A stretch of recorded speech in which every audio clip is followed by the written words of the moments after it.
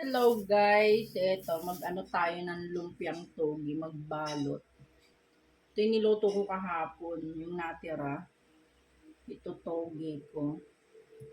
O, diba? Ang dami kong ulam.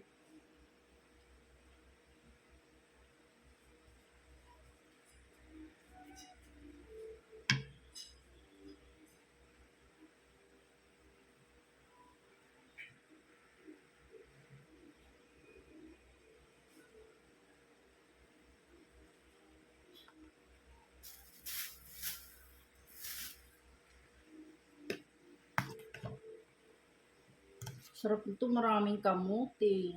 Medyo manamis-namis, di ba?